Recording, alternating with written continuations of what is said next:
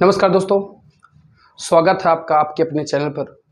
तो पिछले सेशन में हमने मध्य प्रदेश के बारे में चर्चा की थी, मध्य प्रदेश के सामान्य जानकारी को पढ़ा था।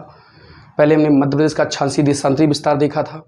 हमने देखा था मध्य प्रदेश की सीमा कितने राज्यों को छूती है और मध्य प्रदेश के कौन कौन से जिले हैं, मध्य प्रदेश के कितने जिले हैं जिनकी सीमा राज्यों को छू रही थी, कितनी लंबाई है, कितना क्षेत्रफल है, क्षेत्रफल में मध्य प्रदेश की क्या स्थिति है, ये सारी बातें देखी थी।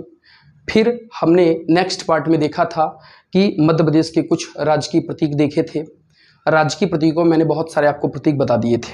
अब राजकीय प्रतीकों में कुछ चीज़ें बची हुई हैं, जैसे मध्य प्रदेश का हम राजकीय प्रतीक पढ़ रहे हैं। जैसे मध्य प्रदेश का राजकीय जो नृत्य है मध्य प्रदेश का वो है राई। राजकीय नृत्य मध्य प्रदेश का कौन सा है? राई। कौन सी? बुंदेलखंडी राई। ठीक है, बुंदेलखंडी राई। देखिए, बुंदेलखंडी राई और बघेलखंडी राई में अंतर होता है। बुंदेलखंडी राई, बुंदेलखंड वाली राई, क्योंकि बुंदेलखंड में जब राई होती है तो नाच में बेड़नी नाचती है। ठीक है, बेड़नी ढोलक के साथ साथ बेड़नी इनका प्रमुख केंद्र होती है, जबकि बघेलखंडी राई में बेड़नी नहीं होती है, मतलब नाचने वाली बुंदेलखंड में साथ होती है। ठीक है, एक बात और याद रखें, राई का पहली बार जो उल्लेख है, राई नृत्य का पहली बार जो उल्लेख है, ये 15वीं शताब्दी में एक छेताई चरित नामक ग्रंथ लिखा गया था। छेताई चरित। तो छेताई चरित में पहली बार राई का उल्लेख किया गया है, राई नृत्य का। एक बात और पर याद रखें, पद्मावत जो किताब है, ये जो मलिक मोहम्मद जायसी ने लिखी थी 1541 में, तो पद्मावत जो किताब है इसमें भी आपका क्या है, राई नृत्य का उल्लेख किया गया है। पद्मावत किताब में भी राई नृत्य का उल्लेख किया गया है। ठीक है, अभी हाल ही की घटना बताऊं तो 2025 में राम सहाय पांडे, इनको पद्मश्री मिला हुआ है, राम सहाय पांडे। तो राम सहाय पांडे का 2025 में क्या हो गया है, निधन हो गया है।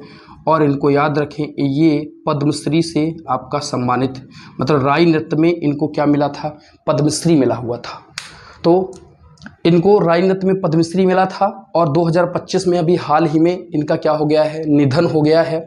और ये किससे संबंधित हैं? राई से संबंधित है। तो राई से संबंधित आपको इतनी बातें याद रखनी है।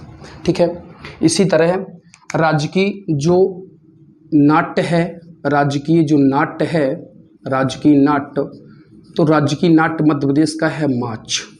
मध्य प्रदेश का राजकीय नाट्य कौन सा है? माच। माच जो है, नाट्य का मतलब होता है नाटक, नाट्य का मतलब कौन सा है, नाटक। राजकीय नाटक कौन सा है? माच। और माच कौन सा? मालवा वाला। नाट्य कौन सा है भैया? माच है। और माच जो है ये कहाँ का है? मालवा वाला है। और माच के लिए दो लोग बहुत ही प्रसिद्ध हैं, एक ओम प्रकाश शर्मा और एक सिद्धेश्वर सेन। दो बहुत ही फेमस लोग हैं माच के लिए। एक का नाम है ओम प्रकाश शर्मा, इनका नाम आपको याद रखना है, ओम प्रकाश शर्मा और सिद्धेश्वर सेन।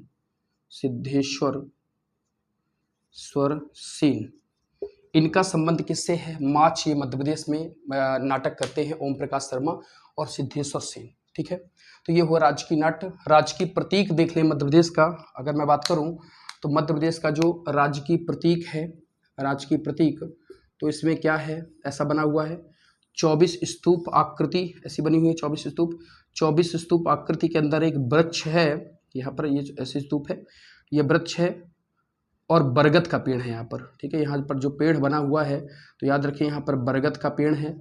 और यहीं पर आपका मध्य प्रदेश में अगल बगल में क्या है, गेहूं और धान की बालियां हैं। तो 24 स्तूप आकृति के अंदर एक बरगद का पेड़ है और अगल बगल यहाँ पर देखा जाए तो याद रखो किसकी, एक गेहूं और धान की बालियां प्रदर्शित है। तो प्रतीक क्या है हमारा, 24 स्तूप आकृति के अंदर एक वृक्ष है बरगद का और उसमें क्या है, गेहूं और धान की बालियां प्रदर्शित है। और यहाँ पर आपका सत्यमेव जयते लिखा हुआ है, यहाँ पर लिखा है सत्यमेव जयते। ठीक है, भारत सरकार सत्यमेव जयते। तो ये है हमारा क्या, प्रतीक चिन्ह। ठीक है, तो आप इसका स्क्रीनशॉट ले सकते हैं। ठीक है, स्क्रीनशॉट ले लें आप, फिर इसकी अगली की बात करते हैं। तो हमने देखा कि मध्य प्रदेश का राजकीय चिन्ह या राजकीय प्रतीक बता दिया। ठीक है, एक बात और आप देखें, राजकीय चिन्ह या प्रतीक। ठीक है, चिन्ह, घबराना नहीं है आपको। राजकीय जो आपका गान है, राजकीय गान जो है सबको पता है आपका कि जो हमारा मध्य प्रदेश का राजकीय गान है, सुख का दाता शुभ का साथी सुख का यह संदेश है, सुख का दाता शुभ का साथी शुभ का यह संदेश है, माँ की गोद पिता का आंचल मेरा मध्य प्रदेश है। ठीक है, तो सुख का दाता सबका साथी। ठीक है, सुख का दाता सबका साथी शुभ का यह संदेश है, माँ की गोद पिता का आश्रय मेरा मध्य प्रदेश है। राज्य की जो गान है इसको बनाने वाले हैं महेश श्रीवास्तव इसकी रचनाकार हैं, महेश श्रीवास्तव इसके रचनाकार हैं, वास्तव। ठीक है, महेश श्रीवास्तव इसके रचनाकार हैं और 2010-11 में मध्य प्रदेश सरकार ने इसको अपनाया है। 2010-11 में इसको मध्य प्रदेश सरकार ने अपनाया है गान को। ठीक है, और एक बात और याद रखें, जो संगीतकार हैं वो सुनील झा हैं, संगीतकार सुनील झा हैं, संगीतकार जो है संगीतकार का नाम है सुनील झा।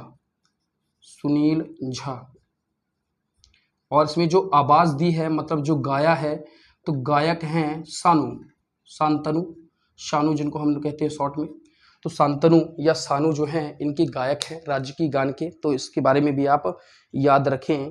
शांतनु मुखर्जी इनका पूरा नाम है।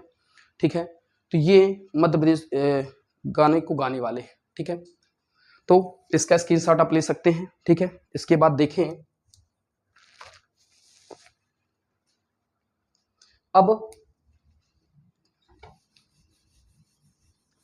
इसके बाद जो है देखिए कुछ बातें और याद रखें, जैसे मध्य प्रदेश की जो जलवायु है, मध्य प्रदेश की जलवायु जो है उष्णकटिबंधीय मानसूनी है, उष्णकटिबंधीय मानसूनी जलवायु यहाँ पे याद रखें। मालवा के पठार की जो जलवायु है, मालवा के पठार हम पढ़ेंगे, इंदौर वाले एरिया मालवा कहलाता है, तो मालवा के पठार की जो जलवायु है समशीतोष्ण है। समशीतोष्ण मतलब ना ज़्यादा ठंड पड़ती है और ना ज़्यादा गर्म पड़ती है, जबकि मैंने आपको बताया था मध्य प्रदेश का उत्तरी जिला मुरैना, तो जो उत्तर तरफ की जलवायु है वो नॉर्थ तरफ की जो मध्य प्रदेश में जलवायु है उत्तर तरफ की, तो नॉर्थ तरफ की जो जलवायु है मध्य प्रदेश की वह कैसी है, विषम जलवायु वाला क्षेत्र है। मध्य प्रदेश का उत्तरी वाला भाग विषम जलवायु वाला क्षेत्र है। अगर मध्य प्रदेश में वर्षा की बात की जाए तो मध्य प्रदेश में वर्षा जो है 112 सेंटीमीटर होती है। अगर वर्षा में बात करूं, सर्वाधिक जो वर्षा है ये कहाँ पर होती है भैया, पचमढ़ी में सर्वाधिक वर्षा होती है 199 सेंटीमीटर। और सबसे कम वर्षा अगर मध्य प्रदेश में बात करें तो सबसे कम वर्षा होती है गोहद में, और गोहद आपका कहाँ पर है, भिंड में है, गोहद भिंड में है, और यहाँ पर वर्षा जो है ये होती है 55 सेंटीमीटर। तो आप इन दोनों बातों को भी याद रखें कि मध्य प्रदेश की जलवायु जो है उष्णकटिबंधीय मानसूनी है, और जो मालवा की जलवायु है वो कैसी है भैया, समशीतोष्ण जलवायु वाला क्षेत्र है। ठीक है, वर्षा मध्य प्रदेश में 112 सेंटीमीटर होती है। ठीक है, अगली जो बात है तो मध्य प्रदेश के जो कर्क रेखा है, ठीक है, इसको आप एक स्क्रीनशॉट ले सकते हैं, फिर हम कर्क रेखा की बात करते हैं कि जो मध्य प्रदेश कर्क रेखा है, ठीक है, अब कर्क रेखा की थोड़ा सा बात करें, बहुत इंपॉर्टेंट है कर्क रेखा। ठीक है, अब सामान्य जानकारी में बात याद रखें कि मध्य प्रदेश के बीचों बीच से निकलती है कर्क रेखा, मध्य प्रदेश के बीचों बीच से निकलती है कर्क रेखा, जो मध्य प्रदेश के 14 जिलों से निकलती है, 14 जिलों से निकलती है। ठीक है, तो मध्य प्रदेश में तापांतर का भी कारण कर्क रेखा का निकलना है, जो मध्य प्रदेश में टेम्परेचर आगे पीछे होता रहता है उसका भी कारण क्या है, कर्क रेखा निकलना। मध्य प्रदेश की 14 जिलों से कर्क रेखा निकलती है। आपसे एग्जाम में प्रश्न पूछा जाता है कि मध्य प्रदेश के किस जिले से कर्क रेखा निकलती है और किस जिले से कर्क रेखा नहीं निकलती है, तो इसके लिए एक मैंने कोडिंग याद लिखी है, कोडिंग आप याद रखेंगे तो बन जाएगा रउआ राशि भमरा सा, रउआ राशि भवरा सा दम जब कटनी उबरा सा, रउआ राशि भमरा सा दम जब कटनी उबरा सा। ठीक है, देखें ये 14 जिले लिखे हुए हैं। रा से है आपका राजगढ़, रा से है आपका राजगढ़, ऊ से है आपका उज्जैन, ऊ से है आपका उज्जैन, आ से है आपका आगर मालवा, आगर मालवा, आ से है आपका आगर मालवा, रा से आपका राजगढ़, राजगढ़, शी से आपका सिवनी, सिवनी, भा से है आपका भवा से है आपका भोपाल, रा से है आपका रायसेन, रायसेन, सा से है आपका सागर, दम से है आपका दमोह, दमोह, जब से है आपका जबलपुर, जबलपुर, का कटनी से आपका, कटनी तो लिखा ही है ये कटनी, और ऊ से है आपका, ऊ से आपका कौन सा होगा, ठीक है, बा से तो आपका विदिशा है, विदिशा, रा से आपका रायसेन भी हो गया है, राजगढ़ भी हो गया है, सा से है आपका सागर, पहले देख लेते कितने हुए सागर, अब काउंट करें 1 2 3 1 2 3 4 5 6 7 8 9 10 11 12 13, ठीक है 13, अब मतलब एक घट रहा है तो कौन सा नहीं हो पाया है, ठीक है, राजगढ़ भी है आपका, ठीक है, सिवनी भी है आपका, तो कौन सा नहीं हुआ है आपका, ठीक है, रतलाम है, उज्जैन है, उज्जैन, रायसेन, राजगढ़, दमोह, विदिशा, उमरिया, ऊ से जो आपका बचा हुआ है ये कौन सा है, ऊ से आपका कौन सा है, उमरिया, यहाँ पर कौन सा ऊ से रह गया है, ये वो रह गया उमरिया, ठीक है, अब काउंट कर लें 1 2 3 4 5 6 7 8 9 10 11 12 13 और 14, तो ये मैंने मध्य प्रदेश के 14 जिले लिख दिए हैं जो आपका कहाँ पर है, कर्क रेखा, आप इसकी स्क्रीनशॉट इसका ले सकते हैं, तो मध्य प्रदेश की कर्क रेखा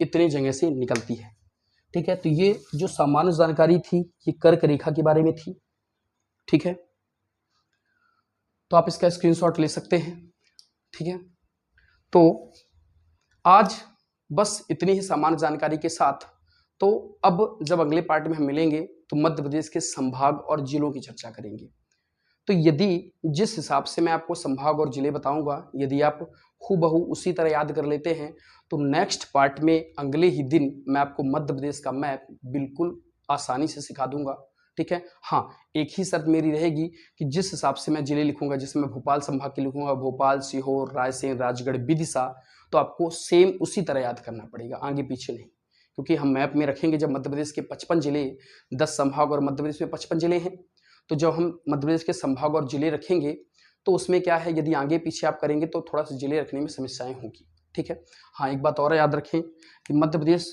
की जो जनसंख्या है, मध्य प्रदेश की जो जनसंख्या है वो है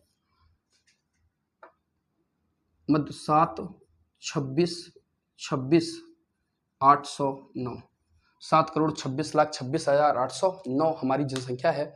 मध्य प्रदेश जो है ये जनसंख्या में हम लोग 5वें नंबर पर हैं। भारत में जो मध्य प्रदेश है जनसंख्या की दृष्टि से हमारा जो स्थान है वो हम कौन से नंबर पे हैं, 5वें नंबर पे हैं, ठीक है। क्षेत्रफल की दृष्टि से मैंने आपको बताया था कि हम क्षेत्रफल की दृष्टि से हम दूसरे स्थान पर हैं और जनसंख्या की दृष्टि से हम कौन से नंबर पर हैं, 5वें नंबर पर हैं भारत में। जबकि मैंने आपको बता दिया था कि एरिया वाइज देखा जाए तो क्षेत्रफल में हम दूसरे नंबर पर हैं, हमसे जो बड़ा है केवल राजस्थान है, जबकि जनसंख्या की दृष्टि से देखा जाए तो हम कौन से नंबर पर हैं, 5वें नंबर पर है, ठीक है कि नहीं।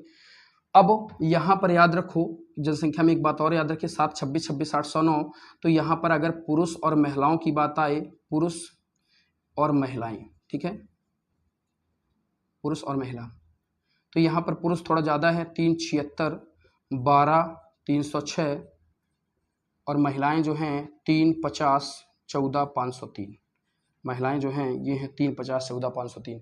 तो याद रखें पहले आधी आधी जनसंख्या कर दें, 7 का 3 3, यहाँ पर देखो महिलाओं को 50 कर दें, यहाँ पर 76 कर दें। याद रखने का तरीका बता रहा हूँ आपको कि यहाँ पर पुरुष और महिला में पहले आधा कर दें तो 3.5 यहाँ हो जाएगा, 3 पुरुष थोड़ा ज़्यादा है तो 3 76 कर दें, तो 3 76, 12, 306, 12 यहाँ पर 14 है, पहले हमने 50 से इसको बढ़ाया फिर 12 से 14 कर दिए, 3 76, 12, 306 और 3 50, 14, 503, ये हमारी क्या है जनसंख्या है, ठीक है। जनसंख्या में हमारा 5वें नंबर पर है भारत में, ठीक है। जो अब यहाँ पर देखें तो हम जनसंख्या में भी देख लिया हमने, क्षेत्रफल में भी देख लिया, ठीक है। अब मध्य प्रदेश का लिंगानुपात जो है, मध्य प्रदेश का लिंगानुपात, ठीक है, तो हमारा लिंगानुपात जो है 930, ठीक है। और जो लिंगानुपात है, याद रखें कई बार पूछा जाता है कि मध्य प्रदेश के लिंगानुपात के बराबर किस जिले का लिंगानुपात है, तो रीवा का भी जो लिंगानुपात है वो कितना है, 930 है। और भारत का अगर लिंगानुपात की बात करें, सेक्स रेशियो, तो भारत का कितना है भैया, 943 है, ठीक है। भारत का कितना है, 943। तो आप इसको भी याद रखें कि हमारा जो लिंगानुपात है तो वो कितना है, तो 930 जो लिंगानुपात है हमारा, भारत का जो लिंगानुपात है तो उसको भी याद रखें कि भारत का कितना है, 943, ठीक है। तो लिंगानुपात के बारे में भी जानकारी रखें। तो ये आपकी जो थी ये बेसिक जानकारी मैंने आपको बताई, आप इसका स्क्रीनशॉट ले सकते हैं, ठीक है। हाँ, एक बात और रहेगा, तो लिंगानुपात अगर देखें तो लिंगानुपात में 930 नहीं है, एक ज़्यादा है। मध्य प्रदेश का लिंगानुपात कितना है भैया, 931। मध्य प्रदेश का लिंगा कितना है, 931 है। और मध्य प्रदेश के लिंगानुपात के बराबर किस जिले का लिंगानुपात है, तो वो है किसका, रीवा का लिंगानुपात है, ठीक है। हाँ, और ये आप याद रखें कि मध्य प्रदेश में सबसे ज्यादा जो लिंगानुपात है वो है बालाघाट का। बालाघाट का 1021 लिंगानुपात है जो सर्वाधिक है, 1021। बालाघाट का सबसे ज्यादा लिंगानुपात है मध्य प्रदेश में, 1021। और भारत में बात करें तो भारत में सबसे ज्यादा जो लिंगानुपात है ये केरल का है। केरल का कितना है, 1084। केरल का लिंगानुपात कितना है, 1084, ठीक है। तो आज के सेशन में बस इतना ही। तो मिलेंगे आपसे नेक्स्ट वीडियो में, तब तक के लिए धन्यवाद।